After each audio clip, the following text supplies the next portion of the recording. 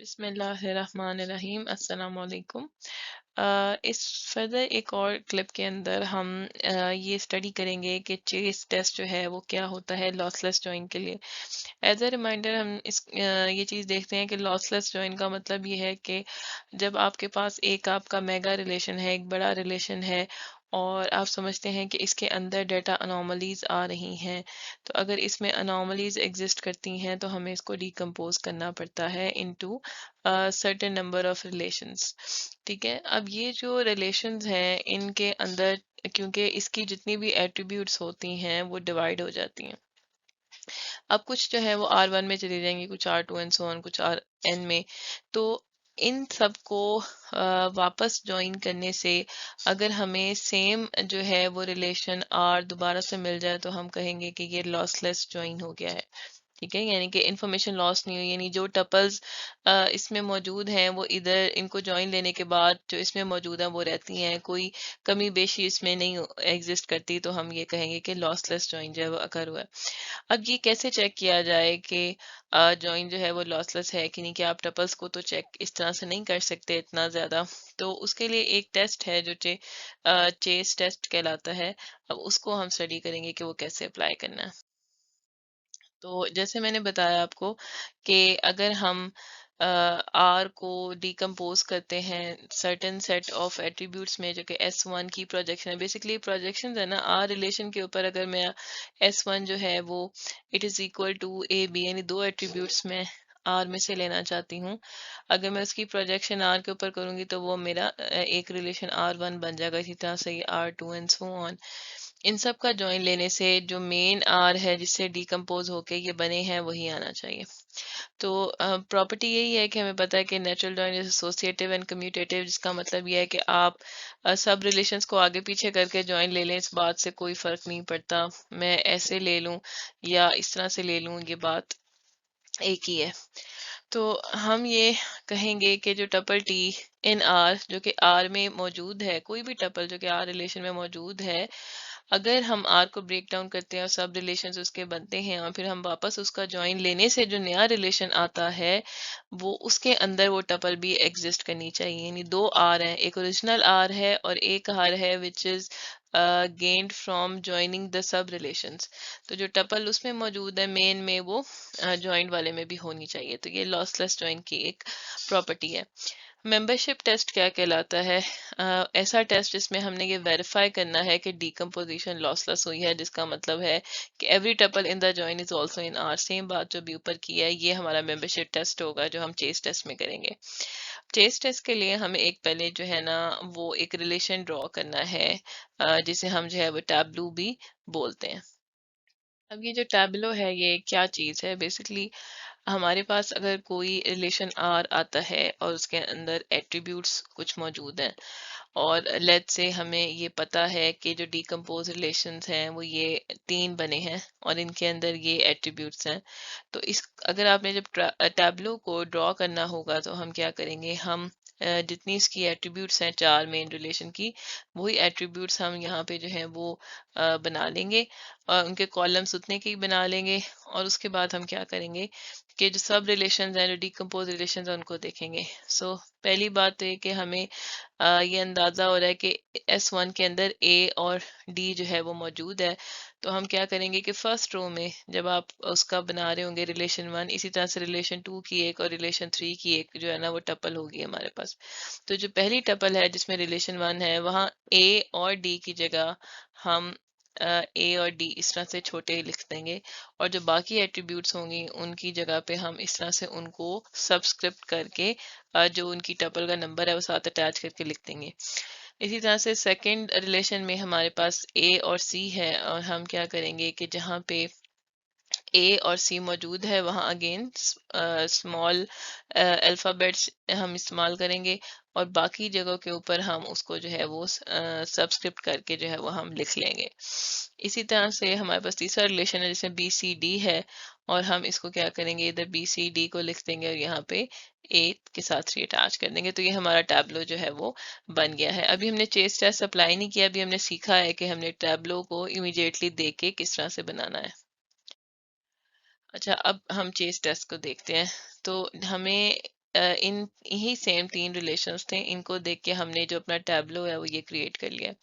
अब हमें साथ रिलेशंस के एफडीज भी प्रोवाइडेड हैं कि इस रिलेशन के ऊपर जो ये एफडीज होल्ड करती हैं, which is A determines B, B determines C and C D determines A. अब हम क्या करेंगे, हम एक एफ टी को पिक करेंगे। So let's say A determines B. तो इसका क्या मतलब है कि कोई सी भी दो टपल्स होंगी, अगर वो ए के ऊपर उनका जो ए है वो सेम है तो उनका बी भी सेम होना चाहिए, ये इसका ये मतलब है। तो अगर हम अपने इस फर्स्ट जो आइट्रेशन जो हमने टैब्लू बनाया था इसमें देखें तो ये दो टपल्स हैं जिनका ए सेम है, तो इनका बी हमने मुख्तलिफ लिखा हुआ है, इनके बी को भी सेम हो जाना चाहिए। तो हम जो अगली आइट्रेशन में इसको क्या करेंगे, B1 और इधर B2 को भी B1 लिख देंगे, यानी हम रिप्लेस कर देंगे वो एक जैसी वैल्यूज के साथ, और हमने उनको वही लेबल रहने दिया जो कि B1 के साथ अटैच था।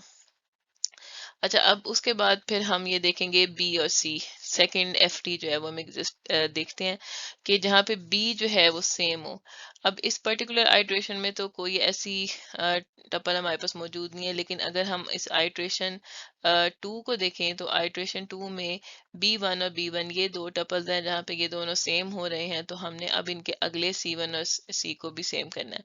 तो अब आइडिया ये है कि अगर तो ये जो इनमें एक स्मॉल सी हो सिंपल विदाउट एनी सबस्क्रिप्ट, और अगर सबस्क्रिप्ट के साथ हो तो हम उसको रिप्लेस करेंगे उसके साथ जिसमें सबस्क्रिप्ट जो है वो नहीं है, तो हमने दोनों को सी और सी इसके साथ जो है वो उसको रिप्लेस कर दिया। ठीक है, फिर अगेन हम देखेंगे कि जो हमारा सी डी ए है, सी डी से ए जो डिटरमिन हो रहा है, तो हमने देखना है कहाँ पे ये दोनों सेम हो रही हैं। ठीक है, तो कहाँ पे ये दोनों सेम हो रही हैं, इस बार यहाँ पे और ये यहाँ पे ये दोनों सेम हो रहे हैं हमारी जो थर्ड आइट्रेशन है उसमें। अब जहाँ ये सेम हो रहे हैं वहाँ हमने इनका ए भी सेम कर देना है एज पर अवर एफ टी, तो हम क्या करेंगे, इसको भी ए कर देंगे और हम यहाँ पे आ जाएंगे। अब चूंकि हमारे पास एक फाइनल टपल ये आ गई है ए बी सी डी, हमने एक ऐसी टपल की तलाश करनी है अगर इस टपल के आने के बाद जो सारे सबस्क्रिप्ट हैं वो ख़त्म हो जाते हैं, यानी एक टपल जिसमें प्लेन इस तरह से हमें कोई शक्ल मिल जाती है, तो हम कहेंगे कि जो हमारा जॉइन है वो लॉसलेस हो गया है। एक हम थोड़ी सी कॉन्ट्रेरी जो एग्जाम्पल है उसको देखते हैं। सो लेट्स से रिलेशन हमारे पास आर है, चार एट्रीब्यूट्स हैं, प्रपोज रिलेशंस हैं ये S1 S2 और S3, और एक ही एफ डी होल्ड करती है विच इज बी डी। तो हम अपना जो टैब्लो बनाएंगे उसमें बी जहाँ पे सेम होना चाहिए वहीं पे हम देखेंगे, तो एक ही जगह पे सिर्फ ये बात अप्लाई हो रही है क्योंकि S1 में हमारे पास ए बी रिलेशन जो फर्स्ट टैब्लो अगर आप देखें तो ए बी को हमने अनसब्सक्रिप्ट सब्सक्रिप्ट के साथ लिखा है, इसी तरह से सेकंड में हमने बी सी को उसके साथ लिखा है और थर्ड में हमने सी डी को उसके बाद लिखा है। अब जब हम इस पे एफ टी वन अप्लाई करेंगे तो जो एक ही एफ टी है हमारे पास, तो बी कहाँ पे सेम हो रहा है, चूंकि इन जो है वो दो टपल्स में सेम हो रहा है, तो हम वहां पे क्या करेंगे, ए और डी को जो है वो सेम कर देंगे। तो इन दो टपल्स में सेम होने से ए को भी हमने सेम कर दिया है, क्योंकि इन दोनों में ए था तो हमने इसको ए से प्लेस कर दिया, ए टू को भी, और यहाँ पे डी टू की जगह हमने क्या कर दिया, डी वन कर दिया। ठीक है, अब इसके बाद चूंकि कोई एफ डी नहीं है तो हम आइट्रेशन अगली नहीं चला सकते, तो यहाँ पे अब काम खत्म हो गया है। यहाँ पे हमें कोई भी ऐसी टपल नहीं मिल रही जो कि बगैर किसी सबस्क्रिप्ट के हो, इसमें सारे जो एलिमेंट्स हैं सेल के अंदर, तो इसका मतलब ये है कि लॉसलेस ज्वाइन अगर नहीं हुआ, चेस टेस्ट इसके ऊपर जब अप्लाई करते हैं हम तो ये हमें पता चल गया है।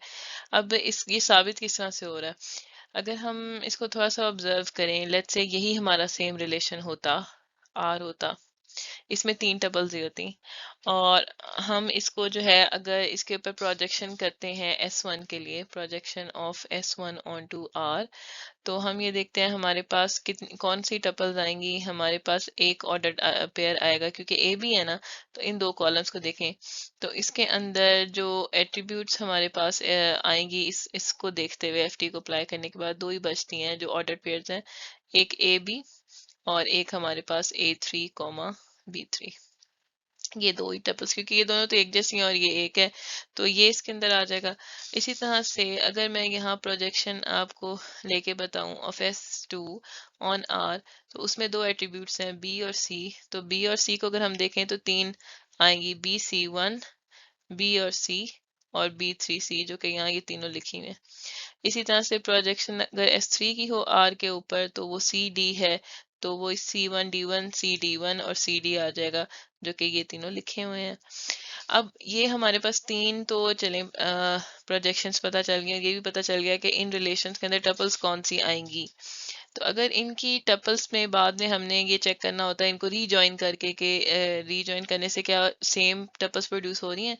तो हम अगर लेट्स से इसको ज्वाइन करते हैं S1, ये जो प्रोजेक्शन ऑफ S1R को projection of S2 on R, तो projection on R with the attributes S2, तो ये क्या होगा इसको थोड़ा सा मैं आपको ड्रॉ करके बताना चाहती हूँ ताकि क्लैरिटी अच्छे तरीके से जो है ना वो हमें आ जाए। और ये प्रोजेक्शन का मतलब ये है बेसिकली कि यहाँ पे ये टपल्स एग्जिस्ट करती हैं, और इसका मतलब ये है कि यहाँ ये वाली टपल्स जो है वो एग्जिस्ट करती हैं। तो अब इन दोनों रिलेशंस का हमने ज्वाइन लेना है। हमें नजर आ रहा है कि बी एट्रीब्यूट कॉमन है, तो हम इसके ऊपर लेंगे। तो टपल्स कौन सी जो है वो प्रोड्यूस होंगी ए और बी के साथ। बी कहाँ मैच कर रहा है इसके साथ, तो ये प्रोड्यूस हो जाएगा ABC1। इसी तरह से फिर प्रोड्यूस होगा ABC, और फिर हमारे पास और कुछ नहीं मैच हो रहा है, पहली टपल का तो नहीं होगा। अगेन थर्ड को देखें हम, तो A3B3 के साथ जो B3 मैच कर रहा है वो सिर्फ लास्ट टपल के साथ कर रहा है, तो इधर आ जाएगा A3B3 एंड C। तो ये तीन टपल्स जो है वो प्रोड्यूस हो जाएंगी, वही तीन जो है वो यहाँ पे लिखी हुई हैं जो आप देख सकते हैं। अब इन दो को ज्वाइन करने से ये आया, अब तीसरे को भी ज्वाइन करके देख लेते हैं। तो अगर तीसरे को साथ हम शामिल करते हैं, अगर मैं इसके ज्वाइन को लेट्स से T कह देती हूँ, तो T join with projection on R with attributes in set S3। तो इसके बाद क्या होगा, अब इस रिलेशन का हमने ज्वाइन लेना है। ये मेरा T रिलेशन है, इसमें A B C एट्रीब्यूट्स हैं, और जो मेरे पास फाइनल S3 है जिसकी एट्रीब्यूट्स हैं C D।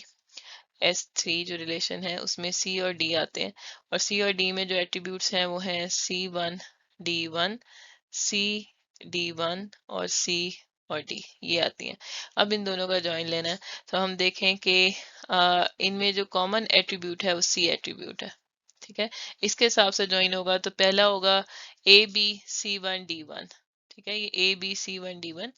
फिर हमारे पास C1 किसी और के साथ जो है वो मैच करती है, तो वो कहीं पे मैच नहीं कर रही। ये दोनों टपल जो क्लियर नहीं है, यहाँ CC है और इधर जो है वो D1 और इधर D है। ठीक है, नजर नहीं आ रहा, मैं अगर थोड़ा सा और क्लियर करके इधर लिख दूं तो शायद थोड़ी क्लैरिटी आ जाएगी। ठीक है, ये चीज है। अब पहली टपल आ गई, अब C1 और किसी के साथ मैच नहीं हो रहा है, ये टपल पूरी हो गई। दूसरी टपल में देखते हैं कि C मौजूद है और C इन दो में है, तो दो के साथ ये पेयर अप होगा, तो आ जाएगा ABC D1 और ABCD। तो ये ABCD1 और ABCD जो है वो आ गया। फाइनली फिर हमारे पास लास्ट टपल है C, जो है वो दो टपल्स के साथ मैच हो रहा है, इसके साथ और इसके साथ। तो A3B3CD1 और A3B3CD, ये जो है वो हमारे पास प्रोड्यूस हो जाएंगी।